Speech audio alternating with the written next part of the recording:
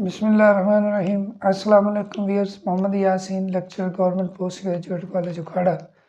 आज हम first year chemistry का चैप्टर 4 नेक्स्ट टॉपिक पढ़ेंगे, जो कि है instantaneous dipole induced dipole forces. Topic शुरू करने से पहले अगर आपने अभी तक मेरा चैनल सब्सक्राइब नहीं किया तो इस चैनल को सब्सक्राइब कर ले और साथ लगे बेल आइकॉन के बटन को ज़रूर प्रेस करें ताकि मज़ीद भी इस तरह के वीडियोज़ आपको मिलती रहें। जी, तो टॉपिक हमारा है instantaneous dipole induced dipole forces. Instantaneous dipole and induced dipole forces. It's a type of intermolecular forces जिसमें हम डिफरेंट टाइप के मॉलिक्यूल्स के दरमियान फोर्स ऑफ अट्रैक्शन या वंडरवाल फोर्सेस की बात करते हैं, वो इसमें हम डिस्कस करेंगे। आपने देखा होगा कि अक्सर पोलर चीज़ें जो हैं या बाज़ सॉलिड जो हैं, लिक्विड हैं, उनमें फोर्स ऑफ अट्रैक्शन होती हैं, लेकिन गैसेस जो हैं हम उसमें लास्ट चैप्टर में हमने डिस्कस किया कि उसमें फोर्स ऑफ अट्रैक्शन नहीं होती। लेकिन आपने ये भी सुना होगा कि gases can be liquefied, gases को लिक्विफाई किया जाता है। कुछ ऐसी गैसेस हैं जैसे आपने सुना है हीलियम है, नियॉन है, आर्गन है, क्लोरीन है, मीथेन है, कार्बन डाइऑक्साइड है। These are all non-polar gases। और नॉन पोलर गैसेज हैं तो इनमें फोर्स ऑफ अट्रैक्शन नहीं होती, और लेकिन गैसियस फॉर्म में तो हम कहते हैं नहीं होती। लेकिन आपने ये भी सुना है कि हीलियम जो है वो लिक्विफाई हो सकती है, लिक्विफाइड किया जाता है इसको। जब लिक्विफाइड हो सकती है तो इसका मतलब ये होगा कि जब ये लिक्विड फॉर्म में चेंज होगी तो इसमें फोर्स ऑफ अट्रैक्शन डेवलप होंगी। जाहिर है लिक्विड में अट्रैक्शन होगी तो पार्टिकल आपस में जुड़ते हैं ना, तो वो किस किस्म की फोर्स ऑफ अट्रैक्शन होगी, क्योंकि इनमें पोल तो होते नहीं। अगर तो पोल हो, पॉजिटिव पोल, नेगेटिव पोल हो, तो हम ये लास्ट में पढ़ चुके हैं डाइपोल डाइपोल फोर्सेस होती हैं। अगर एक पोलर हो, दूसरे में वो पोलैरिटी इंड्यूस कर देता है तो वो डाइपोल इंड्यूस डाइपोल फोर्सेस होती हैं। लेकिन इसमें तो सारे मॉलिक्यूल ही वो नॉन पोलर है, पोलैरिटी है ही नहीं। तो फिर कौन सी ऐसी फोर्स ऑफ अट्रैक्शन है जो इन मॉलिक्यूल्स को जोड़े रखती है? वो लिक्विड फॉर्म में होते हैं। नो डाउट इनके बॉइलिंग पॉइंट बड़े कम होते हैं कि ये आम टेम्परेचर पे जो है वो गैसियस फॉर्म में एग्जिस्ट करती हैं, लेकिन लिक्विफाई तो हो सकती हैं। लिक्विफाई होने का मतलब ये है कि उनमें फोर्स ऑफ अट्रैक्शन डेवलप होती हैं। तो हम आज बात करते हैं कि उनमें जो फोर्स ऑफ अट्रैक्शन डेवलप होती हैं वो किस किस्म की हैं। वो है लंदन डिस्पर्शन फोर्सेस भी इनको बोला जाता है, या instantaneous dipole induced dipole forces. Actually इस चीज़ को एक्सप्लेन किया है एक जर्मन फिजिस्ट था,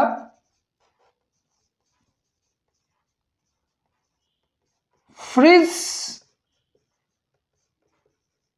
लंदन। इन 1930 उसने इन मॉलिक्यूल को ये एक्सप्लेन किया, जो नॉन पोलर मॉलिक्यूल है, कि इनमें फोर्स ऑफ अट्रैक्शन कैसे डेवलप होती हैं या किस किस्म की फोर्स ऑफ अट्रैक्शन होती है। उसके मुताबिक एक्चुअली होता यह है कि सपोज हमारे पास लिक्विड हीलियम हो, हीलियम के मॉलिक्यूल काफ़ी सारे हमने इकट्ठे रखे हुए हैं। मैं उनको इस तरह से रिप्रेजेंट कर रहा हूँ, एक मॉलिक्यूल ये है, एक ये है, एक ये है, एक ये, इस तरह से मॉलिक्यूल एक दूसरे के गिर्द मौजूद है। ठीक है, इसको मज़ीद भी ये हम ऐसे लिख सकते हैं कि ये सारे मॉलिक्यूल जो हैं वो उसके मौजूद होते हैं। इन तमाम मॉलिक्यूल में जब वो सेपरेट होंगे, जब वो जुड़े हुए नहीं होते किसी दूसरे के साथ, तो ये सिमेट्रिकल होते हैं। इनके चार्ज जो होते हैं ना, आप ये कह लें कि इनका जो पॉजिटिव चार्ज होगा वो दरमियान में होता है, और नेगेटिव चार्ज होता है, इसके जो इलेक्ट्रॉन होंगे वो इसके साइडों पे होंगे। ये एक सिमेट्रिकल मॉलिक्यूल होगा, मतलब इसमें पोल नहीं बने हुए, चार्ज सेपरेशन नहीं है, ठीक है। इस तरह से ये सारे आपस में ये कंडीशन, इनके नेगेटिव चार्ज साइडों पे और पॉजिटिव चार्ज जो है वो सेंटर में मौजूद है। ये एक वो उस कंडीशन को मैं शो कर रहा हूं जिसमें वो अभी किसी के साथ जुड़े हुए ना हो। अब सपोज करते हैं ये सेंट्रल मॉलिक्यूल है, इसकी बात करते हैं।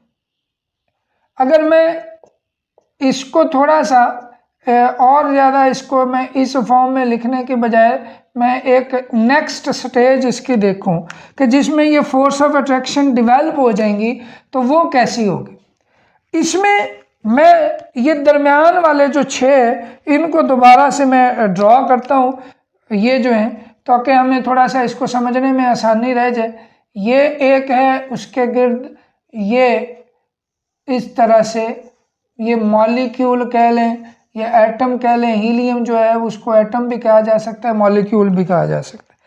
होता ये कि एक लम्हे के लिए, फॉर अ मोमेंट, ये जो एक मॉलिक्यूल होता है इसके इलेक्ट्रॉन एक तरफ चले जाते हैं। आपको ये भी पता है कि इलेक्ट्रॉन हर वक्त मूवमेंट में रहते हैं, मोशन में रहते हैं। तो इसके इलेक्ट्रॉन थोड़ा उस तरफ डेंसिटी ज़्यादा हुई, इधर कम हुई, क्योंकि ये ऐसे चल रहे हैं। तो अगर उधर जाएंगे तो उस तरफ हो गए, इधर पॉजिटिव चार्ज ज़्यादा होगा, इधर आएंगे तो पॉजिटिव ऊपर नेगेटिव नीचे आ जाएगा।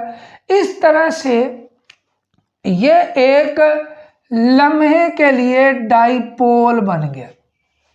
थोड़ा सा मैंने इसको क्लियर समझने के लिए ये ड्रॉ कर दिया। अब जैसे ही वो एक इंस्टेंट के लिए ये हुआ है, इस हालत में ये परमानेंट नहीं है, एक लम्हे के लिए ये अनसिमेट्रिकल हो गया, इसकी इलेक्ट्रॉन डेंसिटी वो सिमेट्रिकल नहीं रही। लेकिन जैसे ही इसके इलेक्ट्रॉन इस तरफ आएंगे, ये जो इस तरफ के एटम या मॉलिक्यूल मौजूद होंगे, ये इन इलेक्ट्रॉन को रिपेल करेंगे और उसके पॉजिटिव को अपनी तरफ अट्रैक्ट करेंगे। तो एक तरह से यहां पर पॉजिटिव इस तरफ हो जाएगा,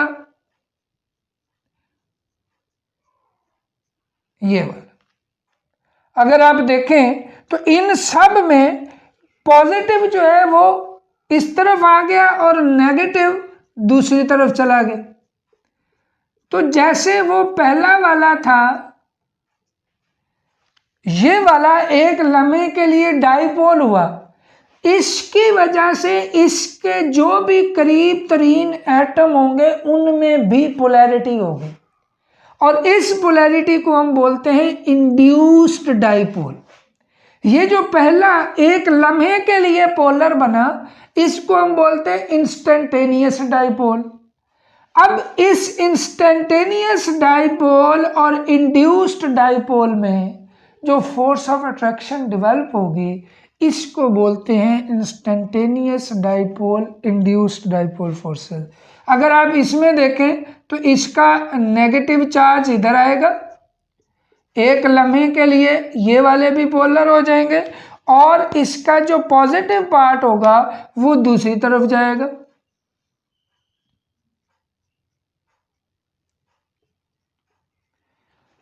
इसी तरह इससे नेक्स्ट में चला जाएगा, उससे नेक्स्ट में चला जाएगा। आप ऐसे समझ लें कि जैसे पानी होता है ना एक तालाब में खड़ा, आप उसमें छोटा सा पत्थर मारते हैं, उसमें वो वेव पैदा होती है। अब वो वेव वहाँ ख़त्म नहीं होती, वो चलती रहती है कॉर्नर तक, जहाँ वो ख़त्म हो रहा है, उसका जो किनारा है उस पानी का, उस तालाब का, वहाँ तक वो चलती रहती है।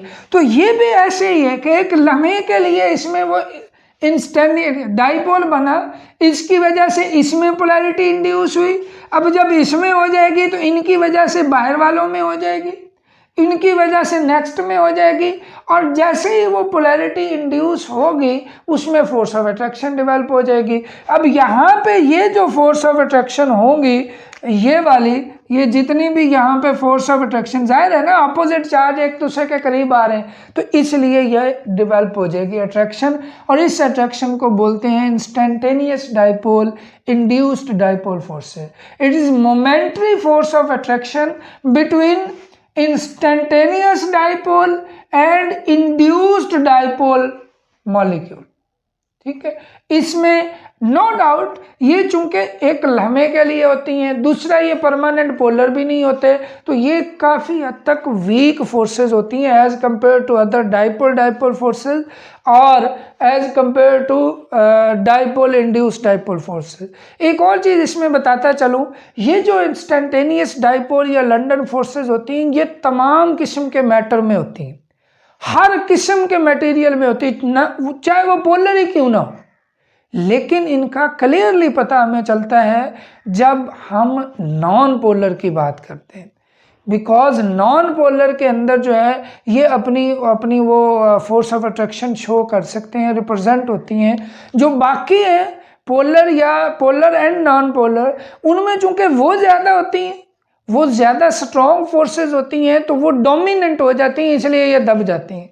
लेकिन ये क्लियरली जो है वो नॉन पोलर के अंदर होती हैं। आप ऐसे समझ लें कि जब सूरज की रोशनी मौजूद हो तो बाहर धूप में आप लाइट बल्ब चलाएं भी तो उसकी रोशनी जो है वो इतनी वो हमें फील नहीं होगी, क्योंकि सूरज की रोशनी इतनी ज़्यादा है। तो डाइपोल फोर्सेस, और इसका यही है कि डाइपोल फोर्सेस या डाइपोल इंड्यूस्ड डाइपोल फोर्सेस की मौजूदगी में इनकी वर्थ जो होती है वो बहुत कम हो जाती है, हम इनको कंसीडर ही नहीं करते क्योंकि वो बहुत ज़्यादा है। लेकिन जब वो नहीं होती तो फिर ये वाली फोर्सेस जो हैं ये डोमिनेंट होती हैं, और इनकी वजह से काफ़ी सारे पैरामीटर्स उस लिक्विड के या सॉलिड के जो हैं वो उस पर डिपेंड कर रहे होते हैं। आपको पता है, और बहुत से जो हैं वो पैरामीटर्स जो हैं, जैसे मेल्टिंग पॉइंट है, बॉइलिंग पॉइंट है, हीट ऑफ वेपराइजेशन है, थर्मल एक्सपेंशन है, ये चीज़ें जो हैं वो उनकी फोर्स ऑफ अट्रैक्शन पे डिपेंड करती हैं। ठीक है, डेफिनेशन है, बाकी इसके फैक्टर्स हम इंशाल्लाह नेक्स्ट वीडियो में देखेंगे।